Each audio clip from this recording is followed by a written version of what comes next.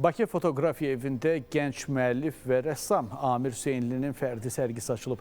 Sərginin əsas qəhrəmanı isə xüsusi diqqət çəkir. Gənc rəssam Azərbaycanın ilk milli super qəhrəmanı olan Alov obrazını və onun geniş komiks dünyasını ictimaiyyətə təqdim edib.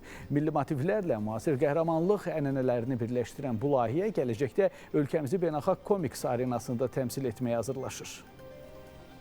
Biz əslində bilirsiniz ki, qoruq idarəsi olaraq hər zaman gənc istedadlara çalışırıq ki, maksimal dərəcədə əlimizdən gələni əsirgəməyə və dəstək olmağa çalışaq. İçərişəhər Dövlət Tarixi Memarlıq Qoruğu İdarəsinin dəstəyi ilə reallaşan bu sərgi adi bir rəsm ekspozisiyasından daha çox böyük bir vizyonun başlanğıcıdır. Sərgilənən əsərlərin müəllifi Amir Hüseynli Londonda anadan olsa da artıq 10 ildir ki, Azərbaycanda yaşayır və fəaliyyət göstərir. O, fortepiano ifaçılığından rəssamlığa qədər çox şaxəli bir inkişaf yolu keçib. Amma onun ən böyük istedadı öz dünyasını və qəhrəmanlarını yaratmaqdır. Bu istedadın ilk peşəkar bəhrəsi isə Alov adlı milli super qəhrəmandır. Özüm də görmədim, heç hiss eləmədim ki, necə yanımda böyük bir istedad doğrudan da inkişaf edir.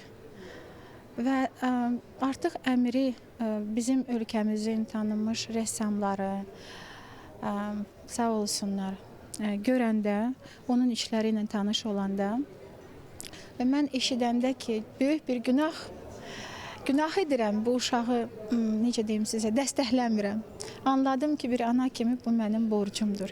Gənc müəllifin bu böyük addımında onun yanında peşəkarlar dayanıb. Layihənin mentorluğunu Azərbaycan əməkdar rəssamları Sabina Şıxlinskaya və Rəşad Mehdiyev edib. Həmçinin art dizayner Ruslan Cəbrailov öz yaradıcı töhfələri ilə komiks dünyasının vizual dilinin formalaşmasında yaxından iştirak edib. Vəfa Abdullayev, Diana Cəlali, Məhəmməd Həsənzadə, Spice xəbər.